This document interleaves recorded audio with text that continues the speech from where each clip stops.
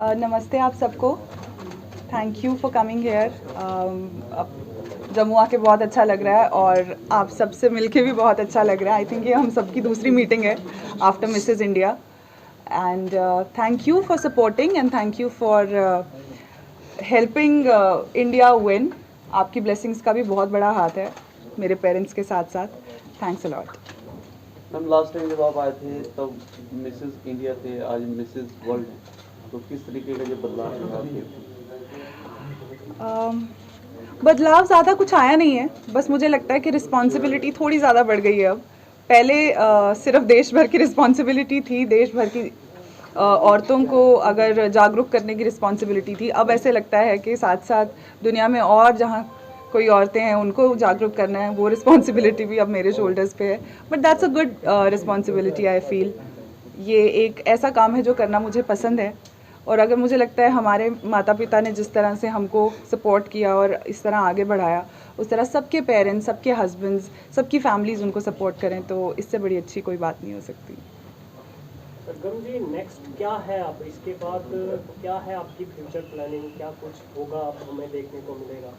Ji, so there are two very important aspects of winning any beauty pageant.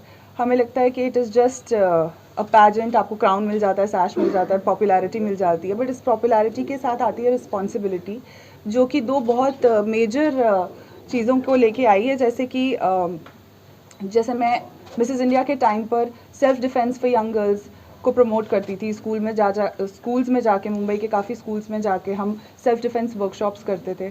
तो वो एक चीज़ थी जो मिसेस इंडिया आईएनसी के टाइम पे होती थी और अब वर्ल्ड के टाइम पे भी की जाएगी। और दूसरी बहुत इम्पॉर्टेंट चीज़ है ड्रग अब्यूज़ के बारे में इंडिया को और वर्ल्ड को जागरूक करना।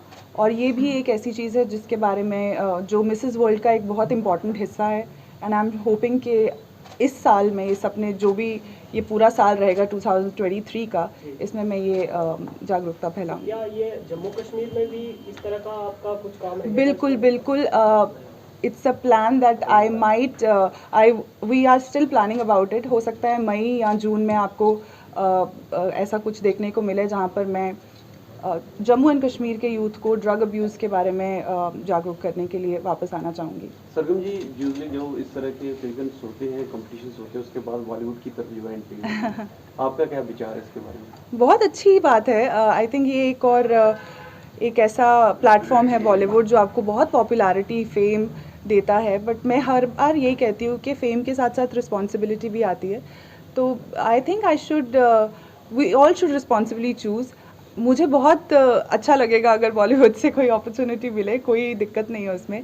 But I think right now I feel there are more important things to do. Modelling में कुछ आगे करने की ऑफ कोर्स मैं मॉडल ही थी जब मैंने शुरू किया था मिसेस इंडिया और मिसेस वर्ल्ड, एंड सो वो कंटिन्यू रहेगा। उसके साथ साथ ऑब्वियसली बहुत सारी और चीज़ें जुड़ती जाएंगी जिसके लिए आई एम क्वाइट ओपन। सरगम जी, आपने इंग्लिश लिटरेचर किया, जी। एमए की, उसके बाद आप टीचिंग में गए। वो एक टर्निंग पॉइंट क्या था जो आपको मॉडलिंग की दुनिया में ले आया? मॉडलिंग में शुरू से करती थी, टीचिंग के दौरान भी करती थी, बट वो एक पार्ट टाइम चीज़ थी, जो एक हॉबी थी।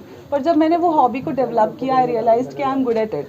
एंड टीचिंग दो मुझे बहुत अच्छी लगती है, बट आई थिंक मॉडलिंग हमेशा से एक पैशन था जो पेरेंट्स को भी बहुत फैसिनेटिंग लगता था और वो चाहते थे कि मैं इस फील्ड में कुछ आगे बढ़ के कुछ करूँ। तो आई थॉट टीचिंग तो कर ही लेंगे कभी भी, मॉडलिंग अभी करके देख लेते हैं, हाउ डज इट। आप मतलब एक टर्निंग पॉइंट रहता है जिसमें आपको जी। लगता है कि आप वो टर्निंग पॉइंट आई थिंक मेरे हस्बैंड की जब मुंबई ट्रांसफ़र हुई तो वही एक टर्निंग पॉइंट था, क्योंकि वहाँ जाकर जब मैंने देखा कि लोग अपनी नॉर्मल जॉब्स तो कर ही रहे हैं, साथ साथ जो यंगस्टर्स हैं they are into a lot of different things जो हम सोच भी नहीं सकते हैं कि अब छोटी सी उम्र से फिल्म इंडस्ट्री के साथ जुड़े हैं, मॉडलिंग इंडस्ट्री के साथ जुड़े हैं, स्टाइलिस्ट बन रहे हैं, and they are just college students और बड़े बड़े इवेंट्स प्लान कर रहे हैं। सो उनको देख के मुझे ऐसा लगा कि अगर ये कर सकते हैं तो ऑब्वियसली मैं भी कर सकती हूँ। तो आप अभी जो जम्मू के यूथ है उनको क्या मैसेज देना चाहेंगे कि वो किस तरह अपने आप को डेवलप कर सकते हैं? उनके लिए यही मैसेज है दैट मैं पहले भी बोलती आई हुई अपने काफ़ी इंटरव्यूज़ में, दैट एक प्लान बी होता है ना, वो बहुत ज़रूरी है। मैं जैसे कि एक टीचर थी, मेरे पास वो प्लान बी हमेशा से था। मेरी एजुकेशन, मेरी डिग्रीज़, मेरी पढ़ाई और मेरी जो भी तालीम है जो मेरे पेरेंट्स ने मुझे दी है, बट ऑब्वियसली एक स्टेप के बाद आप अपना पैशन फॉलो करना चाहते हैं, तो वो पैशन फॉलो करने के लिए ऑलवेज नीड टू हैव एक बैक होनी चाहिए आपके पास कि अगर ये ना हो पाए, भगवान ना करे, अगर मैं ये परस्यू ना कर पाऊँ आगे, तो एटलीस्ट मेरे पास कुछ और हो जिससे मैं सस्टेन कर सकूं। एंड वो प्लान भी बहुत ज़रूरी प्लान की जरूरी है। है, कभी बैकअप हमें चाहिए। बैकअप का बैकअप होना मैम, चाहिए। आगे की जर्नी क्या रहेगी आपकी? कोई नया कंसेप्ट है जो आपके माइंड में इस समय चल रहा है?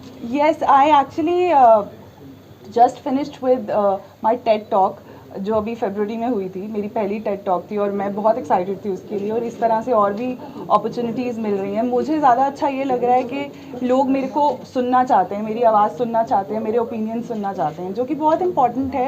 I think married Indian women के लिए it is very important to voice out their opinions, because मुझे ऐसा लगता है कहीं ना कहीं हम लोग अपनी आवाज़ को दबा देते हैं शादी के बाद। अच्छी बात है कि हम अपनी फैमिलीज़ का बहुत ख्याल रखते हैं, अपने हस्बैंड, अपने पेरेंट्स, अपने इन लॉज, अपने बच्चों का, बट देन एक टाइम के बाद हम अपने बारे में सोचना छोड़ देते हैं, जो कि हमें हमारे लिए ही भारी पड़ता है एक टाइम के बाद।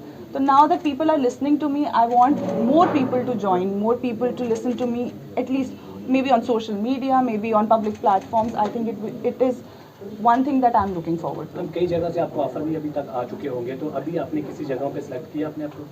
नहीं, अभी I am totally focusing on, कहते हैं ना, एम्पावर करने के लिए, क्योंकि अभी मुझे लगता है मेरी वो लोहा गर्म है अभी, और उस गर्म लोहे पे अगर अभी काम किया जाएगा तो अभी बहुत अच्छा फ्यूचर अगर मिल आपको सकता कहीं से है। ऑफर अभी आता है बिग बॉक्स जैसे शोरूम, तो आप जाओगे वहाँ पे? सोचेंगे कभी इसके बारे में।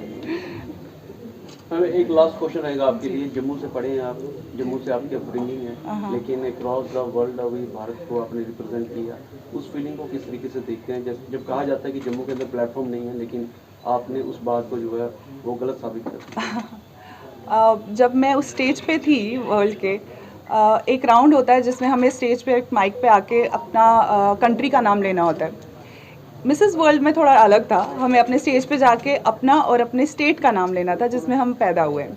तो मुझे सरगम जम्मू एंड कश्मीर बोलना था, और मैं इतनी खुश हुई ये बोल के, बिकॉज आई थिंक ये ऐसा कभी बोलने को मिला नहीं है एक इंटरनेशनल स्टेज पे। और जब वो बोला तो आई फेल्ट कि येस, जम्मू एंड कश्मीर को दुनिया जानती है आज की डेट में, and I feel that very strongly, because India, Jammu and Kashmir India का बहुत इंपॉर्टेंट हिस्सा है। जम्मू का यूथ बहुत बहुत स्ट्रॉन्ग है, बहुत एजुकेटेड है, बहुत टैलेंटेड है, बहुत खूबसूरत भी है।